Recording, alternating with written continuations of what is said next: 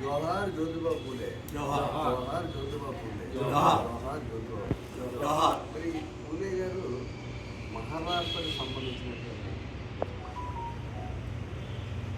1827లో మహారాష్ట్రలోని సతారా జిల్లాలో గోవిందరావు అనే ఆయనకి జన్మించింది.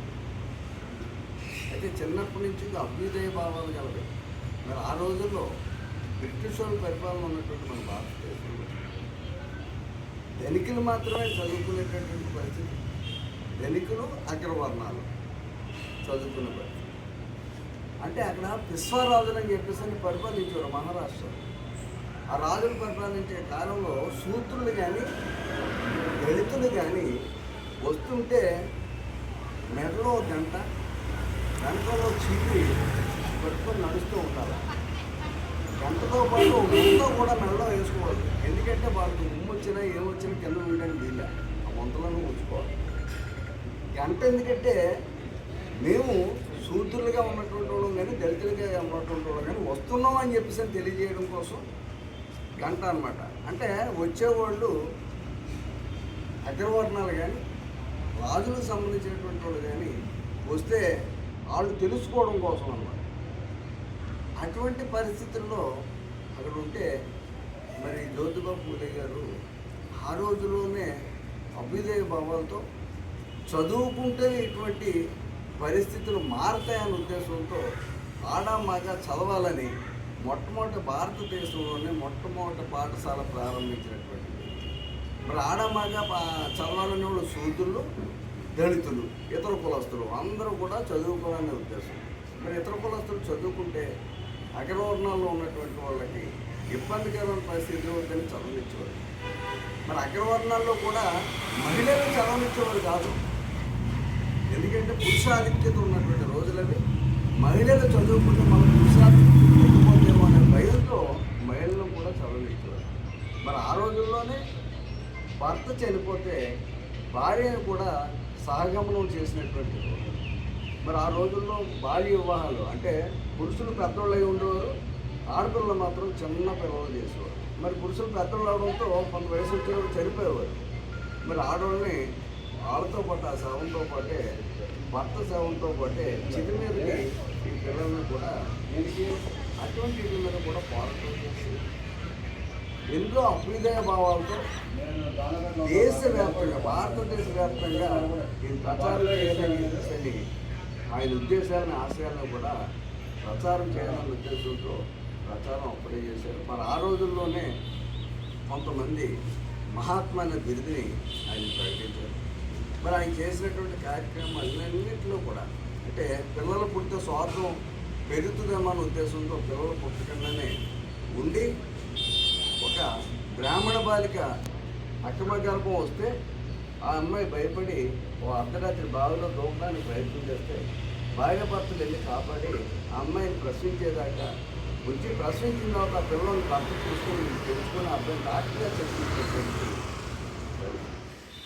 మరి ఆ రోజుల్లోనే తండ్రిని నువ్వు అక్కడికి వస్తుంటో గొడవ పడుతున్నావు పెట్టి ఆ ఇంట్లో ఉండడానికి వీల్లేదని చెప్పేసి అంటే అంత చిన్న వయసులోనే భార్యను తీసుకుని బయటకు వచ్చి ఆయన ఎక్కడ రాజీ పడకుండా విద్యాభివృద్ధికి తోడ్పడలేదంటే ఆ రోజుల్లోనే దళితులు ఈ చూడ బ్రిటిష్ వాళ్ళు చాలా తక్కువ మంది వచ్చి భారతదేశంలో 2 కోట్ల మందిని పరిపాలించారంటే ఆ రోజుల్లో దళితులు వాళ్ళని రాణించేవారు కాదు కాబట్టి గుళ్ళో కానీ బడిలో కానీ రాణించేవారు కాదు కాబట్టి వాళ్ళు బ్రిటిష్ వాళ్ళతో వాళ్ళ సైన్యంలో చేరిపోయారు. బ్రిటిష్ వాళ్ళ సైన్యంలో అంటే మన భారతీయులే బ్రిటిష్ సైన్యంగా చేరిపోయి ఇక రాజుల మీద తీర్చుకో ఆ రాజ్యాన్ని ఏం చేసేటప్పుడు ఓటుకోట్లు కొట్టడం అనమాట.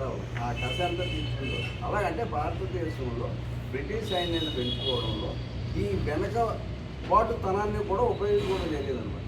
మరి సరే ఈ రోజులకు వచ్చేటప్పటికి అటువంటి పరిస్థితులు పూర్తిగా రూపుమోపైతే అవ్వలేదు. కానీ ప్రజవాడికి కూడా చూడండి అగ్రవర్ణాలైన వ్యక్తిని కింద స్థాయి వాళ్ళు చేసుకుంటే వాళ్ళని చంపేయడం కానీ మరి వేరే రకంగా ఇబ్బంది పెట్టడం కానీ వివాహాలు చేసుకునే పరిస్థితులతో ఇవాళ కూడా వివక్షత పోలా ఇవాళ కూడా జరుగుతూ ఉంది.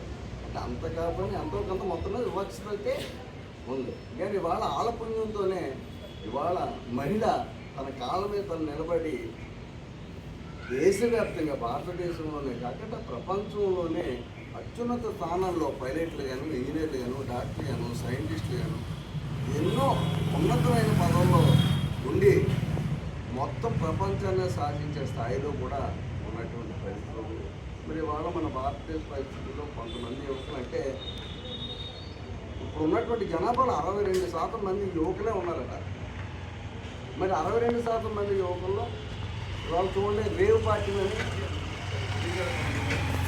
మరి పబ్బులని అటువంటి వీటిలో యువత నిర్వీర్యం అయిపోయి వాటిలోనే ప్రజాప్రతినిధులు కూడా పాల్గొని తప్పులు చేసే పరిస్థితి. అంటే ఈ దేశాన్ని ఎలా తీసుకెళ్తున్నాం అనే పరిస్థితిలోకి నెట్టబడే పరిస్థితి వస్తుంది.